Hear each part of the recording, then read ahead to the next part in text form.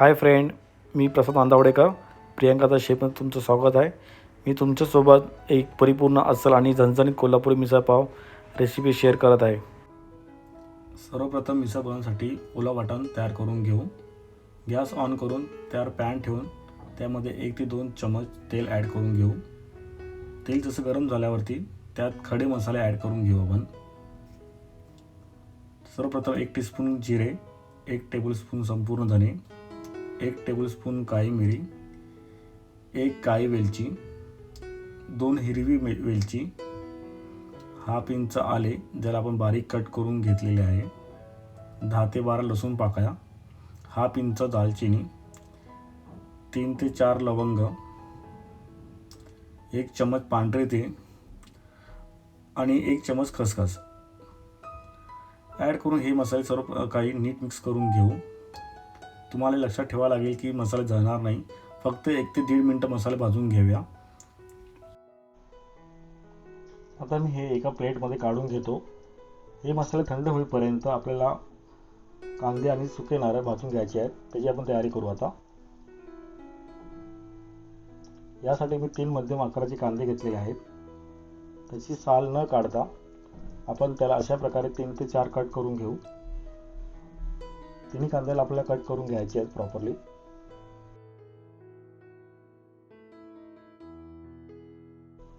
सर्वप्रथम gas on करून आपण जाळी ठेवू त्याच्यावरती. जे कट केलेले कांदे आहेत ते आपण त्याच्यावरती भाजून घेऊ आणि त्यासोबत आपण 1 वाटी सुके खोबरे घेतले, तेही ते भाजून घेऊ.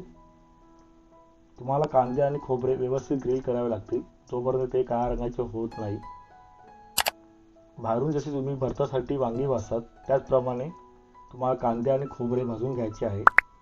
नारळ थोडे लवकर भाजेल ही तुम्ही सावधगिरी बाळगा. नारळ वळवत राहा जेणेकरून ते सर्व बाजूने नीट भाजले जाईल.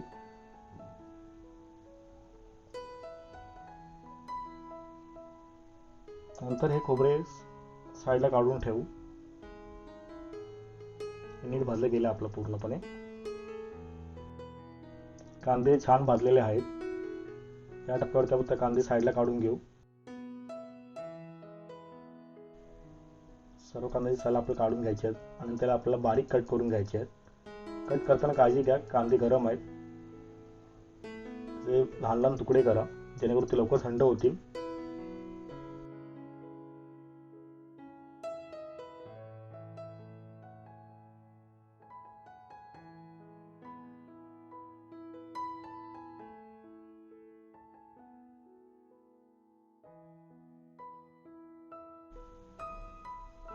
त्याच प्रकारे आपल्याला नारळाला पण कट करून घ्यायचे आहेत. नारळाचे आपल्याला बारीक बारीक तुकडे कट करायचे आहेत. तुम्ही पाहू शकता किती बारीक तुकडे कट केले आहेत. त्याच प्रकारे तुम्ही कट करून घ्या. हे सर्व आपण तर मिक्सरला लावून घेऊ. आता आपण सर्वप्रथम आपण भाजलेले कांदे त्यात आपण ॲड करू. आता नंतर भाजलेले खोबरे जे आपण बारीक कट करून घेतले ते त्यात ॲड करू आणि पूर्वी जे तेलात तळलेले मसाले ते आपण यात ॲड करू. इथे मी आणखी एक घटक जोडले आहे.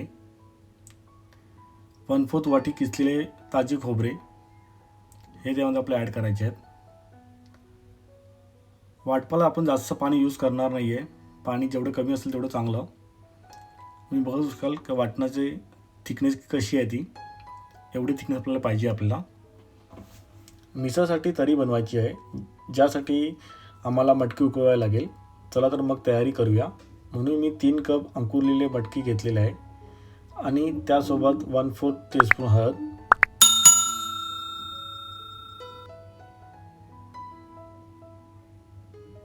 चवीनुसार मीठ,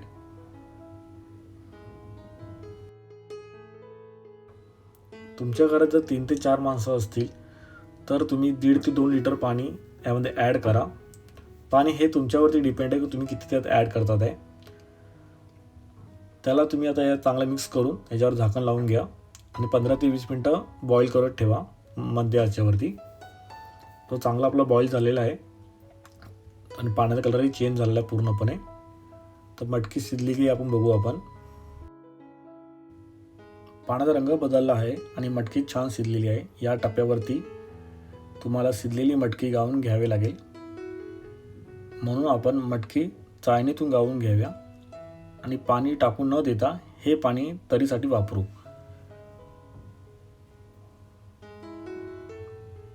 मटकी छान शिजली आहे पूर्णपणे, तुम्ही बघू शकता तुम्ही, आणि पाण्याचा कलर पूर्ण चेंज झालेला आहे.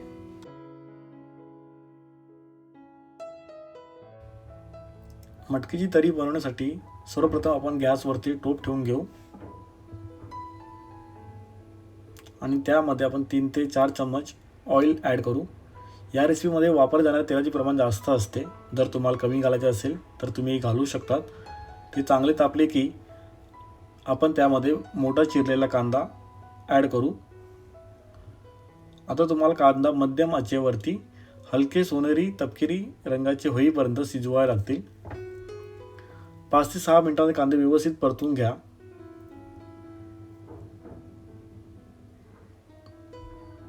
तुम्ही बघू शकता कांदा हलका सोनेरी तपकिरी झाला आहे. या टप्प्यावर तुम्हाला मसाले ॲड करायचे आहेत. मसाले घालण्यापूर्वी आच पूर्णपणे मंद करा आणि त्यामध्ये 3 टेबलस्पून कोल्हापुरी कांदा मसाला ॲड करा, 1.5 teaspoon Kashmir red chilli powder, 1/2 teaspoon हळद, गॅस लो करा जेणेकरून तुमचे मसाले जळणार नाही. आता आपण याला चांगला मिक्स करून घेऊ.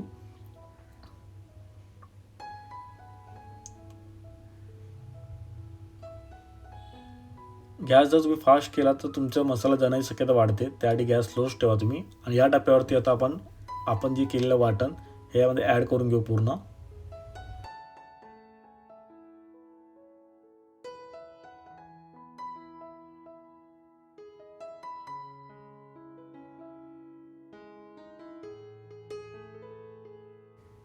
आता यामध्ये आपण चवीनुसार मीठ ॲड करू.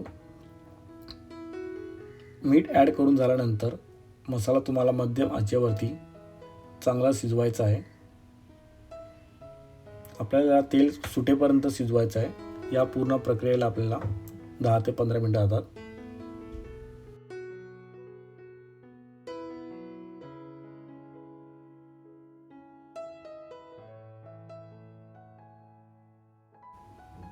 जर तुम्हाला वाटप सुकं वाटत असेल तर तुम्ही यामध्ये थोडंसं गरम पाणी ॲड करू शकतात.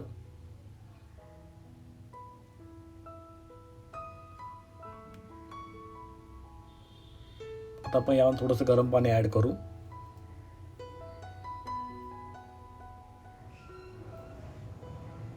तुम्हाला वाटणाचा कलर चेंज झालेला दिसून येतोय आणि यामध्ये आपल्याला ऑइल पण वेगळं दिसतंय.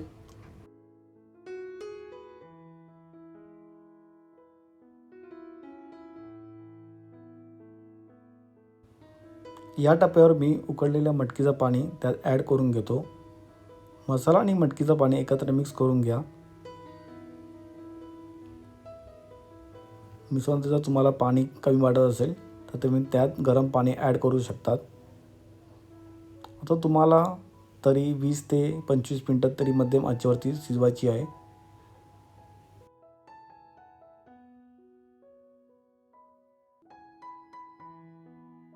मिसळ रेसिपीमध्ये मसाले आणि तरी खूप महत्त्वाची आहे. आता तुम्ही बघू शकता मी ही तरी 20 ते 25 मिनिटं छान शिजवली आहे आणि वरच्या बाजूला तेलाचा थर छान तरंगला आहे.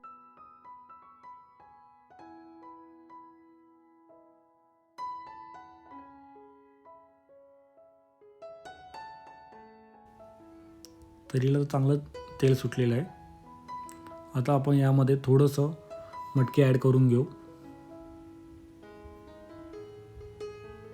मटकी ॲड झाल्यानंतर चवीनुसार मीठ ॲड करू.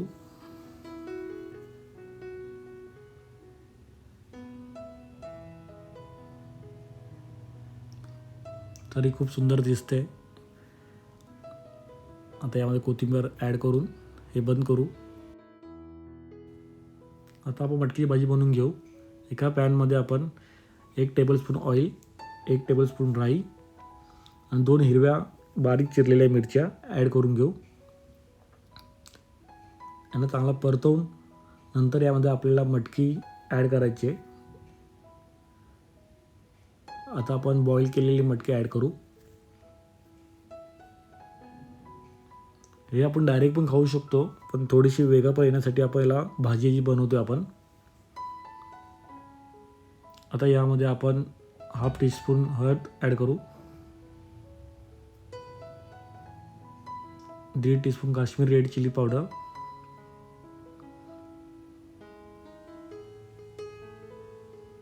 आणि 1 टीस्पून कोल्हापुरी कांदा लसूण मसाला ॲड करून याला चांगला आपण परतून घेऊ. याला जास्त वेळ आपला शिजवायचा नाही आपल्याला, फक्त हलकीशी तिखट टेस्ट येण्यासाठी आपण यात मसाला ॲड केलेले आहेत. चवीनुसार मीठ ॲड करून, मीठ ॲड केल्यानंतर याला चांगला परतून घेऊ याला, जेणेकरून सर्व एकजीव होईल. ऑलमोस्ट आपली रेसिपी ऑलमोस्ट रेडी झाली आहे. आता याला लास्ट टचअप देऊन याला सर्विंग प्लेट करून घेऊया.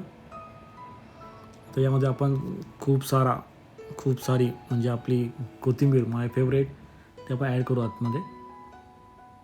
कोथिंबीर जेवढी जास्त असेल थोडी चांगली, थोडी टेस्टला बेटर लागेल अजून. ती आपली रेसिपी रेडी झाली आहे पूर्ण.